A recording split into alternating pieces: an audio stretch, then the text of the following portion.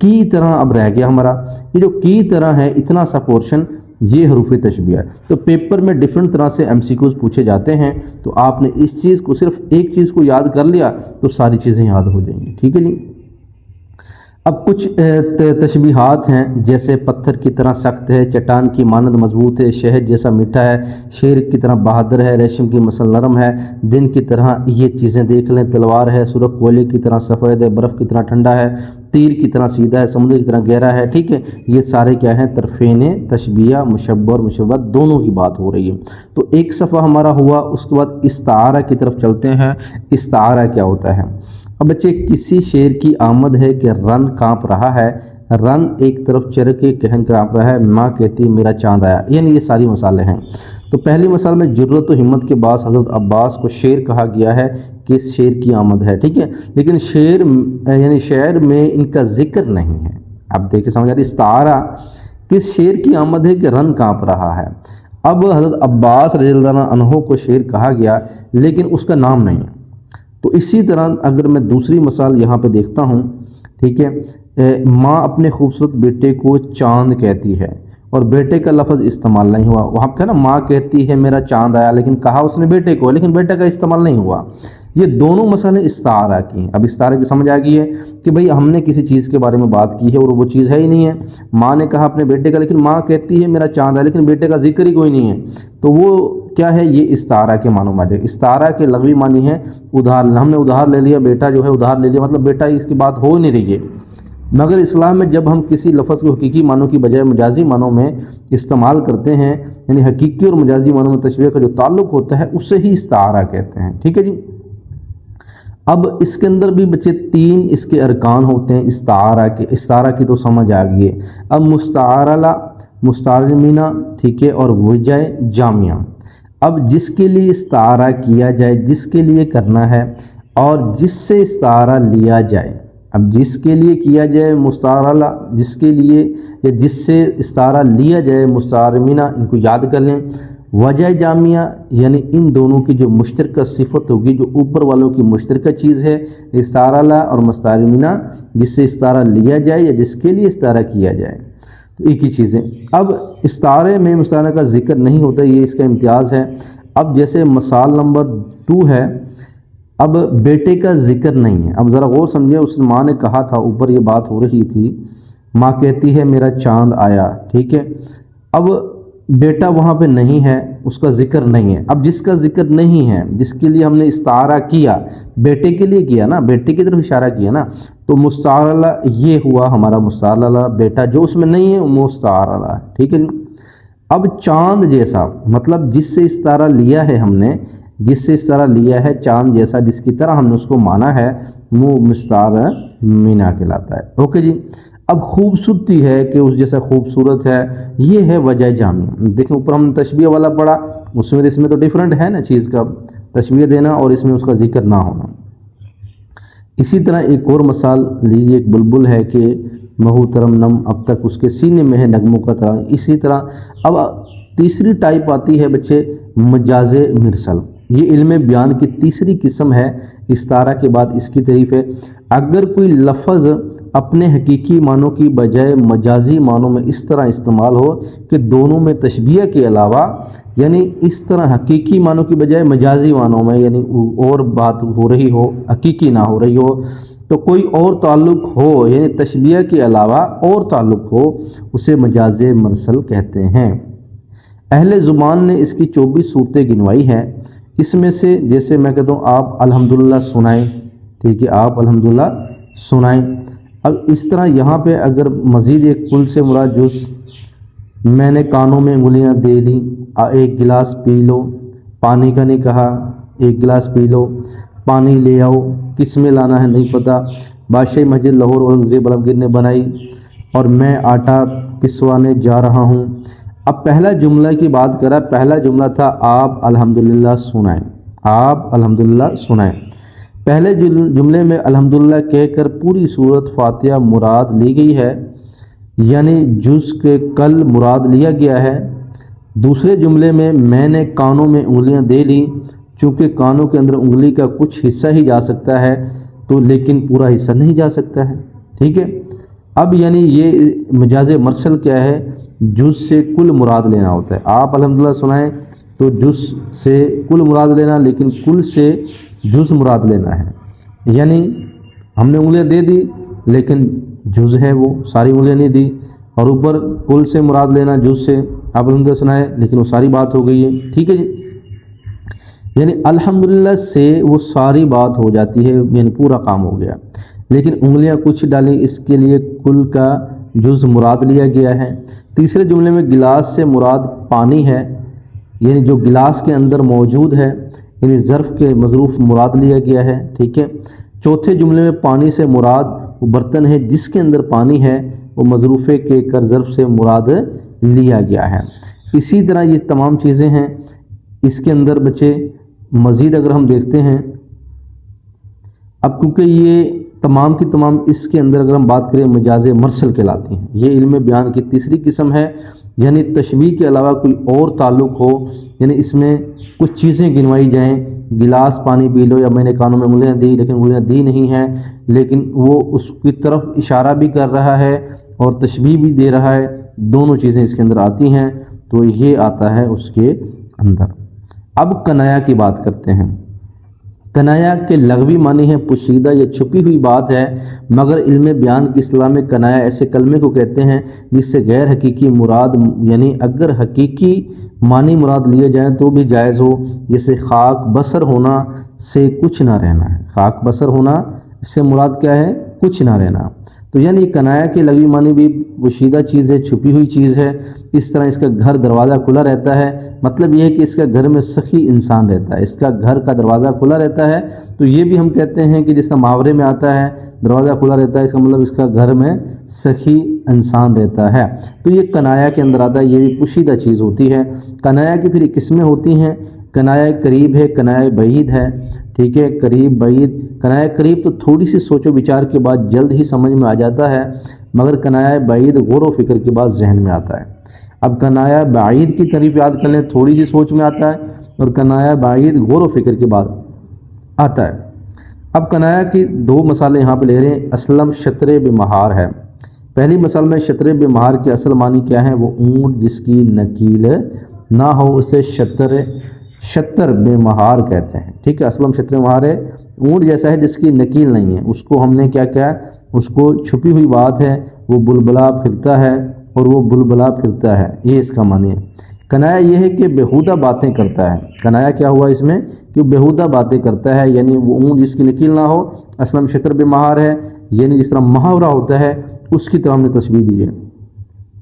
دوسری مثال چھپی ہوئی بات. دوسری مثال ہے کہ پیٹ کا ہلکا، یعنی امجد پیٹ کا ہلکا ہے. اب پیٹ کا ہلکا ہے یعنی اصلی معنی ہلکے پیٹ والا آدمی ہے نہیں ہے، جس کے پیٹ میں کوئی چیز نہ ٹھہرے ہے اسے کہتے ہیں ہلکا پیٹ والا. یعنی یہ ہلکا ہے، پیٹ والا ہے، اس کے اندر کتنا ہلکا ہے کہ وہ چیز اگل دیتا ہے، وہ اس کے پیٹ میں نہیں رہتی. تو اس طرح کی چیزیں کنایا کے اندر آتی ہیں. نیکسٹ بچے آتے ہیں علم بدیع. علم بدیع کے لغوی معنی ہے تو نادر، انوکھا. یہ نئی چیز ہے، نئی چیز ہے، نادر ہے، انوکھا ہے. اسلامی علم بدیع اس علم کو کہتے ہیں. اس کی بچے کافی قسمیں ہیں، تو یہ چیزیں ہم نے پڑھنی ہوں گی. ٹھیک ہے، اس کی دو قسمیں اگر ہم بات کرتے ہیں، صنائع لفظی اور صنائع معنی. یعنی لفظوں کے لحاظ سے نکات اور بریکیاں بیان کرنا، وہ صنائع لفظی اور صنائع معنوں میں آتا ہے. صنائع لفظی و معنی کا بیان بڑا تفصیل ہے، اس کی بہت سی قسمیں ہوتی ہیں. چلیں جی، بدیع صرف آپ نے اتنا صرف یاد کرنا ہے. اس کی پہلی قسم صنعت تضاد کی بات کرتے ہیں. اب علم بدیع کی اصطلاح میں کلام میں ایسے الفاظ استعمال کرنے ہیں جو ایک دوسرے کے الٹ ہوں. اب صنعت تضاد یاد کریں، تضاد کا مطلب الٹ ہوں. اس کے صنعت، اس کے اندر ایسے الفاظ کا استعمال کرنا علم بدیع میں جو ایک دوسرے کے کیا ہوں جی؟ الٹ ہوں. ٹھیک ہے، اب پہلے تو آپ کو علم بدیع کا پتہ ہونا چاہیے، کوئی انوکھی چیز ہونی چاہیے، کوئی نادر چیز ہونی چاہیے جس کا پتہ نہ ہو. ٹھیک ہے، پھر اس میں الٹ چیزیں ہوں. مثال کے طور پر انوکھی چیز ہنسنا ہے، رونا ہے، سیاہ سفید، امید نا امیدی ہے. جیسے یہ دیکھیں نا، ہنسنا اور رونا اکٹھا آ رہا ہے. ہنسنا اور اس کا الٹ کیا ہے؟ رونا ہے. یہ صنعت تضاد میں آتا ہے. اسی طرح کالا اور سفید ہے، کالا اور سفید آگے کیا ہے؟ اپوزٹ ہے نا، ایک دوسرے کے تضاد پایا جا رہا ہے. رنج و خوشی ہے، مقدم مؤخر ہے، زمین آسمان ہے، یعنی یہ الٹ کام ہے.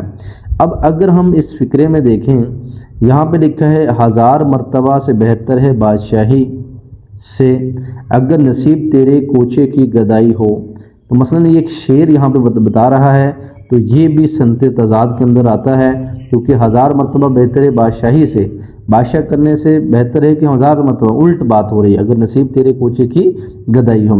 اب صنعت مبالغہ کیا ہے؟ کلام میں ایسے الفاظ لائے جائیں جس سے مبالغہ کا پہلو نکلتا ہو، تو ایسی صنعت کو صنعت مبالغہ کہتے ہیں، ٹھیک ہے جی، مبالغہ کا پہلو نکلتا ہو۔ جیسے میر انیس میدان کربلا میں گرمی کی شدت کا حال بیان کرتے ہوئے کہتے ہیں کہ گرمی سے مضطرب تھا زمانہ زمین پر، بھن جاتا تھا جو گرتا تھا دانہ زمین پر، یعنی دانے کا زمین پر گرتے ہی بھن جانے میں مبالغہ ہے، یہ مبالغہ کا پہلو نکلتا ہے، یعنی گرمی سے مضطرب تھا زمانہ زمین پر، بھن جاتا تھا جو گرتا تھا دانہ زمین پر۔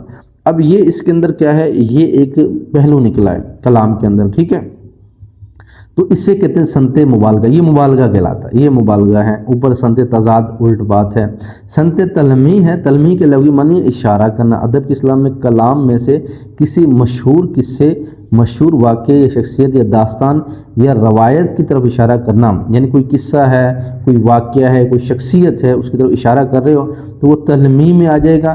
لیکن شعر کے اندر بات ہو رہی ہے، علامہ اقبال، بے خطر کود پڑا آتش نمرود میں عشق، عقل ہے مہو تماشا لب بام ابھی، یہ اشارہ کر رہا ہے شعر میں آتش نمرود ایک تلمیح ہے، ٹھیک ہے جی، اس واقعے کی طرف اشارہ کرتا ہے جب نمرود نے حضرت ابراہیم علیہ السلام کو جلانے کے لیے آگ کا الاؤ تیار کیا تھا۔ اب ان کو سمجھنا ہے مسالے، تو پھر ظاہری بات ہے پیپر میں تو کوئی بھی دے سکتا ہے، وہ مسالے کی ہم پریکٹس کر لیں گے۔ اب اس کے اندر مرزا غالب جو ہے ایک کھیل اورنگ سلیمہ میرے نزدیک، یعنی ایک اور اس نے اگزامپل دی ہے شعر میں، اورنگ سلیمہ، یہ تھوڑا سمجھ ہونی چاہیے، اورنگ سلیمہ ہے، اعجاز مسیحہ ہے، یہ دو تلمیح ہیں، اسے ہم کہتے ہیں صنعت تلمیح۔ اب دیکھیں صنعت تلمیح کا آپ کو سمجھ آ گئی کہ کیا ہوتا ہے، اشارہ کرنا ہوتا ہے، صنعت مبالغہ کا مبالغہ پایا جانا، جیسے بھن جانا جو گرتا تھا دانے میں، صنعت تضاد رنج و غم کے حساب سے ہوتا ہے، یہ علم بدیع کے اندر ابھی تک ہم نے یہ ٹائپ پڑھی ہیں۔ اب صنعت لف و نشر، اس میں یہ ہے کہ پہلے کچھ چیزوں کا ذکر کیا جائے، پھر انہی چیزوں سے مناسبت رکھنے والی چیزوں کا ذکر بھی کیا جائے۔ پہلے کوئی چیز کا آپ نے ذکر کیا، پھر اس سے مناسبت رکھنے والی کسی اور چیز کا ذکر کیا، تو پہلے جز کا نام لف اور دوسرے کا نام نشر ہو گیا ہے۔ اب نہ سلیقہ مجھ میں کلیم کا، نہ کرینہ تجھ میں خلیل کا، میں ہلاک جاؤں جادوں سامری تو قتیل شہوا آزری کا۔ اب اس کے اندر وہ بتا رہا ہے علامہ اقبال، پہلے مصرع جو ہے نہ سلیقہ مجھ میں کلیم کا، نہ کرینہ تجھ میں خلیل کا، یعنی اپنی بات بھی کہی، اس کی بات بھی کہی۔ پہلے مصرع میں کلیم اور خلیل کا ذکر ہے، پھر اس نے مساوات رکھنے والی باتوں سامری اور آزری کا ذکر کیا ہے۔ اب سامری اور آزری جو نیچے ذکر ہو رہا ہے بچے، تو اس کے اندر اس کا کسی اور چیز کا ذکر ہے لیکن مناسبت رکھتی ہے، تو اس طرح ایک فکرے کو سمجھنا ہے شعر کو۔ صنعت ایام، ایام کیا ہے؟ ایام کی لغوی معنی ہے وہم میں ڈالنے یا چھپانے کے ہوتے ہیں۔ صنعت ایام یہ ہے ایک لفظ کے دو معنی ہوں، ایک قریب کی اور ایک دوسرا کیا ہوتا ہے؟ بعید کا۔ صنعت ایام دو طرح کے ہوتے ہیں جی، ایک ہو گیا لفظ یعنی قریب کا، دوسرا بعید کا، یہ اس میں وہم ڈالنا ہوتا ہے۔ شب جو مسجد میں جب پھنسے مومن، رات کاٹی خدا خدا کر کے۔ اب اس میں اگر ہم بات کریں خدا خدا کر کے، اس کا معنی کیا بنا؟ خدا خدا کر کے یعنی خدا کو یاد کرنا ہوتا ہے۔ دوسرے معنی یہ ہے کہ بڑی مشکل سے ہوگی، خدا خدا کر کے ایک معنی تو خدا کو یاد کرنا ہے، دوسرے معنی ہے بڑی مشکل سے ہے، ٹھیک ہے، بڑی مشکل سے۔ اب اس کا معنی یہ ہے نا، خدا خدا کر کے ہم تو کہتے ہیں بھئی اللہ کو یاد کرنا ہے، لیکن یہ نہیں ہے، ہم کہتے ہیں جب بھی کوئی مشکل وقت آتا ہے ہم کہتے ہیں جی خدا خدا کر کے میری جان چھوٹ گئی، اس کا مطلب کیا ہے؟ بڑی مشکل سے میری جان چھوٹ گئی۔ یہ ایک ایام ہے، وہم ہے، تو یہ شاعر کی مراد دوسرے معنوں میں ہے، تو اس چیز کو سمجھیں تو یہ وہم پایا گیا، دو معنی بن رہے ہیں، الفاظ کے دو معنی ہیں، ایک قریب ترین ہے خدا خدا کر کے، دوسرا وہم میں ہے بڑی مشکل سے، یہ ایام پایا گیا۔ پھر ہے تو بچے اس ویڈیو کو 2-3 دفعہ لازمی دیکھیے گا تاکہ آپ کو مزید سمجھ آ جائے، تو ایک بھی MCQ انشاءاللہ آپ کا غلط نہیں ہوگا، باقی پریکٹس کریں، جہاں سے بھی کریں، تیاری کریں، لیکن ان چیزوں کو لازمی کریں۔ صنعت منعطل نظیر، اس صنعت کاری کا نام ہے جس کے ذریعے کلام میں کچھ ایسے الفاظ لائے جاتے ہیں جو ایک ہی رعایت یا ایک ہی قبیل کے ہوتے ہیں، یعنی ایسی اس صنعت کاری کا نام جس کے ذریعے کلام میں کچھ ایسے الفاظ لائے جاتے ہیں جو ایک ہی رعایت ایک ہی قبیل کے ہوتے ہیں۔ اب اس کے اندر اس نے یہ بات ہمیں بتائی ہے کہ جس طرح کانپتا ہے دل تیرا اندیشہ طوفان سے کیا، نہ خدا تو بحر تو کشتی بھی تو ساحل بھی تو، نہ خدا تو بحر تو کشتی بھی تو ساحل بھی تو۔ اب نا خدا جو ہے نا، یہ نا خدا کی اگر ہم بات کرتے ہیں، یہ ایک ملح کی بات ہو رہی ہے، کشتی چلانے والا کی بات ہو رہی ہے، تو یہ ایک صنعت کاری کے بارے میں بات ہوتی ہے نا۔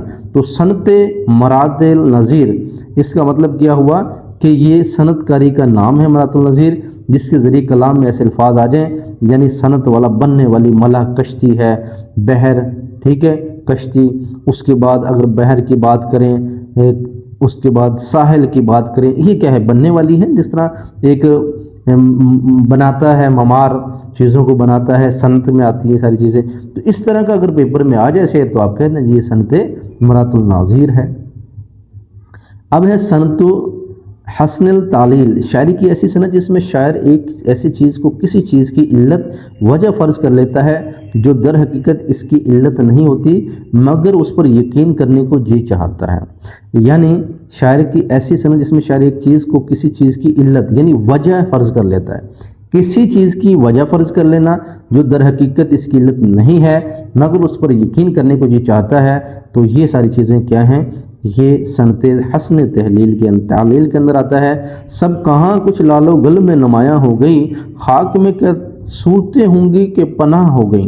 اب مرزا غالب نے شعر میں گل و لالہ کے نمایاں ہونے کی وجہ کیا بتائی؟ یہ گل و لالہ میں نمایاں ہونے کی وجہ خوبصورت چہروں کو قرار دیا گیا ہے، ٹھیک ہے جی، گل و لالہ میں نمایاں ہوگی، خاک میں کیا صورتیں ہوں گی، پناہ ہوں گی، جو وفات کے بعد پیوند خاک ہوں گی، تو یہ صورتیں پناہ ہوں گی خاک میں۔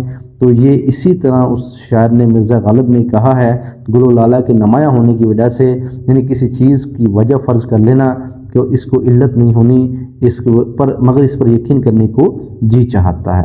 اس کے بعد صنعت تکرار کی بات کرتے ہیں۔ لو جی بچے، آئی تھنک یہ لاسٹ والا ہے، کیونکہ اس میں قواعد انشاء میں یہی لکھا ہے جو 59 پیج نمبر تک آپ نے یاد کرنا ہے پیکٹا کی سکیم کے اکارڈنگ۔ تکرار کے لغوی معنی ہوتا ہے دہرانا، تکرار پایا جائے کسی بھی چیز میں، جیسے آپ نے میتھمیٹکس کے اندر پڑھا ہے، ٹھیک ہے، تکرار پایا جانا، جیسے ہم ناتقدات چلتے جاتے ہیں۔ اصطلاح میں صنعت تکرار ایسی صنعت ہے جس میں دو الفاظ ایک ہی معنی رکھتے ہوں، دو الفاظ ایک ہی معنی رکھتے ہوں، شعر یا مصروں میں برابر جمع کیے جائیں تو یعنی تکرار، لفظ میں تکرار پائی جائے۔ جہاں تیرا نقش قدم دیکھتے ہیں، خیابہ خیابہ ارم دیکھتے ہیں، یعنی اس شعر میں خیابہ خیابہ، یہ دیکھو دو لفظ آ رہے ہیں کہ تکرار سے خاص ہوتی انہم پیدا ہو گئی، جس سے یقیناً ایک سلیم التباری کاری متاثر ہوتا ہے، تو یہ صنعت تکرار ہے، دہرا دیا ہے خیابہ خیابہ۔ لو جی بچے، یہ ہماری ویڈیو نمبر 2، ویڈیو نمبر 3 بھی انشاءاللہ ڈسکس کریں گے، لیکن اب ہم چلتے ہیں اپنے MCQs کی جانب۔ تو بچے ہم ادبی اصطلاحات کی بات کرتے ہیں، ہم نے ابھی ساری چیزیں پڑھ لی ہیں، اب ذرا ہم یہاں پہ موضوع جو ہے وہ اس کو ڈسکس کرنے جا رہے ہیں۔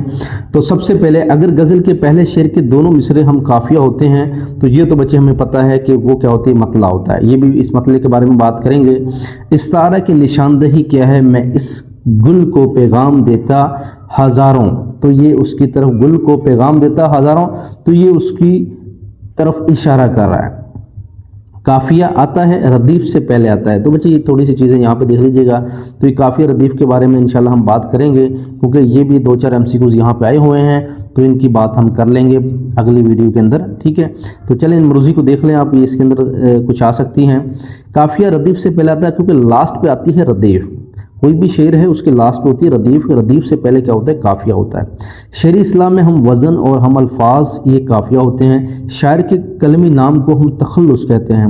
حسرت آزاد پر جو غلمان وقت میں حسرت کیا ہے، یہ ایک مقطع کو شو کر رہا ہے، خالص، ٹھیک ہے، تخلص بیان کرتا ہے۔ ردیف شاعری اصطلاح ہے۔ غم یا خوشی ہے تو میری زندگی ہے، یہ آپ نے پڑھا ہوا ہے، غم ہے یا خوشی تو میری زندگی ہے، یہ خوشی اس شعر میں کیا ہے؟ قافیہ ہے۔ دیکھیں یہ خوشی ہے، ٹھیک ہے، اور یہ میری زندگی ہے۔ اب یہ خوشی جو ہے یہ اس کے اندر کیا آتا ہے؟ قافیہ میں آتا ہے، ردیف سے پہلے آنے والا، اب ہے سے پہلے، اس کے بعد زندگی بھی ہو سکتا ہے۔ بغیر تبدیلی کے دہرائے جانے والے الفاظ یہ ردیف کہلاتے ہیں۔ بغیر تبدیلی کے دہرائے جانے والے، مطلع کے دونوں مصرے ہم کافیہ ہوتے ہیں، مطلع اگر ہو نا مطلع اس کے دونوں مصرے ہم کافیہ ہوں گے، یہ بات ذہن میں رکھ لیں، وہ مطلع کہلائے گا۔ ادات تشبیہ دوسرا نام حرف تشبیہ کا ہے، تلمیح استعمال ہوتی ہے نظم اور نثر دونوں میں استعمال ہوتی ہے، غزل میں نہیں ہوتی۔ وہ مشترکہ دیکھیں، اب وہ جو مروزی میں نے وہاں سے مشترکہ خصوصیات یا صفت جو مشبہ اور مشبہ میں پائی جائے، وہ وجہ اور شبہ پڑھ کے ابھی آئے ہم۔ وہ مشترک خوبی جس کی بنا پر استعارہ لیا جائے وہ وجہ جامعہ ہے، یہ بھی ہم پڑھ کے آئے۔ استعارہ کے ارکان کی تعداد کتنی ہوتی ہے؟ 3 ہوتی ہے، یہ بھی ہم نے پڑھا۔ تینوں میں نے بتایا، مشبہ، مشبہ با اور وجہ شبہ۔ ایک چیز کو دوسری چیز جیسا کہنا یہ تشبیہ ہوتا ہے، ابھی پڑھا ہم نے۔ پنگڑی ایک گلاب کی سی ہے، کیسی کیا ہے؟ یہ کیسی جو ہمیں یوز کریں یہ حروف کیا ہے؟ تشبیہ کے اندر ہم نے حروف تشبیہ اس کی بھی 3 قسمیں پڑھی تھیں۔ اناہ الحق یہ ایک تلمیح کو شو کر رہا ہے۔ استعارہ میرا چاند یہ کیا ہے؟ استعارہ ہے، بالکل ہے۔ جس چیز یا شخص کو تشبیہ دی جائے اسے مشبہ کہتے ہیں، پڑھا ہے۔ استعارہ میں لفظ کے حقیقی اور مجازی معنوں کے مابین کا تعلق جو ہے وہ تشبیہ کا ہوتا ہے۔ ایک ناول نے اس کی مشرکہ کے طائر صدرہ تک شکار کیا، شعر میں تلمیح کیا ہے؟ طائرہ صدرہ جو ہے یہ تلمیح یعنی اشارہ کر رہا ہے۔ لغوی معنی اشارہ کے کیا ہے؟ یہ تلمیح ہوتا ہے۔ جس چیز سے کسی چیز کو تشبیہ دی جائے وہ مشبہ با ہوتا ہے۔ تشبیہ ہے شعر کی طرح بہادر۔ استعارہ کا رکن ہے، بالکل استعارہ کا جو رکن ہے یہ وجہ جامعہ جو ہے یہ استعارہ کے اندر آتا ہے، یہ نہیں آتے، ٹھیک ہے جی۔ اس کے بعد تلمیح کہتے ہیں کسی تاریخی واقعے کی طرف اشارہ کرنا۔ ان کے درمیان جو مجموع ہے وہ طرفین تشبیہ کہلاتا ہے۔ لو جی بچے، بعد میں 29واں ہے، بعد جیسے صدائے خندہ، گل چال جیسے خرام ببہر، علم بیان کس قسم کو ظاہر کر رہا ہے؟ تشبیہ۔ شہریار فرشتوں کی طرح معصوم ہے، جملے میں وجہ شبہ کیا ہے؟ معصومیت ہے۔ تشبیہ کا لفظ کیا ہے؟ شبہ۔ شبہ کے کیا معنی؟ مماثلت۔ تشبیہ کے لفظی معنی ایک چیز کو دوسری جگہ سے قرار دینا۔ اوکے جی بچے، تو یہ تمام دیکھیں ایم سی کیوز وہی ہیں۔ مشبہ، مشبہ کسے کہتے ہیں؟ تعریفیں دی ہوئی ہیں جو ہم نے ابھی پڑھی ہیں ساری چیزیں۔ حروف تشبیہ کیا ہے؟ اب یہاں پہ کچھ اگزامپل ہے۔ رخسار پھول کی مانند، جملے میں جو مشبہ کیا چیز ہے؟ اب دیکھیں نا، مشبہ وہ ہے جو رخسار ہے جس کو ہم نے تشبیہ دینی ہے۔ اب پھول کی مانند ہے، مشبہ با اس میں کیا ہے؟ وہ پھول کی مانند ہے۔ اور حرف تشبیہ کیا ہے؟ وہ جو کی مانند ہے، یہ مانند جو ہے، ٹھیک ہے، رخسار پھول کی مانند ہے۔ مانند کیا ہے؟ یہ کیا ہے؟ حروف تشبیہ ہے۔ اگر کوئی لفظ مجازی مانو، یہ بچی استعارہ کی طریق پڑی ہوئی ہے۔ اب مستعارہ لا وہ شے جس کے لیے کوئی نقد ادھار لیا جائے۔ مستعارہ منع بھی ہم نے پڑھا ہے، وہ شے جس سے کوئی لفظ مستعار لیا جائے، اس جس کے لیے کرنا ہے اور جس سے لفظ ادھار لینا ہے، مستعار منع۔ وجہ جامعہ وہ صفت ہے جو ان دونوں میں پائی جائے۔ پھر طرفین استعارہ کیا ہوتا ہے؟ دونوں میں ہوتا ہے۔ صنم نے مار ڈالا، مستعارہ محبوب ہو گیا، کیونکہ بچے مستعارہ اس صنم نے مار ڈالا، کس کو مار ڈالا وہ نہیں پتہ اس چیز کا، وہ اس میں محبوب آئے گا۔ صنم نے مار ڈالا جملے میں وجہ جامعہ جو ہے وہ ایک سنگ دلی کو بیان کر رہا ہے، ٹھیک ہے جی۔ اب صنم کیا ہے؟ یہ مستعارہ منع ہے، ٹھیک ہے، مستعارہ نہیں ہے، تو صنم ہے۔ پلکوں سے گر نہ جائیں یہ موتی سنبھال لو، اس میں جو یوز کرا ہے پلکوں سے گر نہ جائے وہ کیا ہے؟ آنسو ہیں، تو ظاہری بات ہے پلکوں سے گریں گے تو آنسو گریں گے۔ شعر وہ مستعارہ لا میں آتا ہے۔ مستعارہ منع کس چیز کی نشاندہی کر رہا ہے؟ اسی کے اندر تو موتی سنبھال لو اس کی نشاندہی کر رہا ہے۔ علم بیان کی اعلیٰ اور بلیغ شکل استعارہ لا ہے۔ ابن مریم ہوا کرے کوئی مصرع خوبی تلمیح ہے، یعنی ابن مریم تلمیح کو شو کر رہا ہے، ٹھیک ہے جی۔ اسی طرح مزید یہاں پہ آپ چیک کر لیں، 1 2 اسی طرح کے ہیں۔ آب حیات یہ بھی ایک تلمیح کو شو کر رہا ہے۔ حروف تشبیہ مانند ہے، تلمیح ہے، ٹھیک ہے جی بچے۔ میں نے ایک رات خواب دیکھا، اب یہ کچھ فکرہ آ گیا، میں نے رات ایک خواب دیکھا۔ جس کلام میں کسی تاریخی واقعے کا ذکر ہے تلمیح کہلاتی ہے۔ استعارہ میں آتا ہے وجہ جامعہ، ٹھیک ہے، استعارہ میں آتا ہے میرا چاند آ گیا، یہ خوبصورتی جو ہے اس وجہ جامعہ ہے اس کے اندر۔ اب لے بچے مزید یہاں پہ تشبیہ ہے، یہ کچھ معنی ہیں، ٹھیک ہے۔ یہ تشبیہ استعارہ کے سارے چیزیں یہاں پہ بیان ہو رہی ہیں، ان کو ایک دفعہ لازمی پڑھ لیں، وہ چیزیں میں نے آپ کو وہاں سمجھا دی ہیں۔ ردیف، قافیہ وہ انشاءاللہ اگلی ویڈیو میں ہم سمجھائیں گے وہ ساری چیزیں۔ استعارہ حجازی معنوں میں یہ تمام کی تمام چیزیں جو ہیں ان کو لازمی دیکھ لیں، ٹھیک ہے جی۔ جو جیسا جیسا مانند حروف تشبیہ ہے یہ تمام ایم سی کیوز ہیں۔ مشبہ، تلمیح، اب بچے تلمیح کی بات کرتے ہیں وہ بھی اسی کے اندر آ جاتا ہے۔ لو جی بچے، مزید بات کرتے ہیں قافیہ ہم آواز الفاظ ہوتے ہیں وہ قافیہ کہلاتے ہیں. خیبر شکن تلمی ہے تو یہ اس کے اندر ساری چیزیں جو ہیں وہ آتی ہیں. لو بچے یہ تمام ایم سی کیوز یہاں پہ ڈسکس کیے. اس میں کچھ جو ہیں چیزیں نہیں ہیں، یعنی ایم سی کیوز کے اندر جس طرح ہم نے لاسٹ والی پڑھی تھی علم بدیہی والی وہ اس کے اندر نہیں ہے، لیکن آپ نے وہ بھی یاد کرنی ہے. ٹھیک ہے، وہ چیزیں میں نے سمجھا دی ہیں، اس کے ایم سی کیوز آپ کو کہیں سے بھی ملے آپ اس پر فوکس کر سکتے ہیں، ان کو تیار کریں. تو انشاءاللہ کوشش کروں گا اگلی ویڈیو میں وہ بھی یہاں پہ دکھا سکوں. اوکے بچے، ہمیں دعاؤں میں یاد رکھیے گا. اللہ حافظ.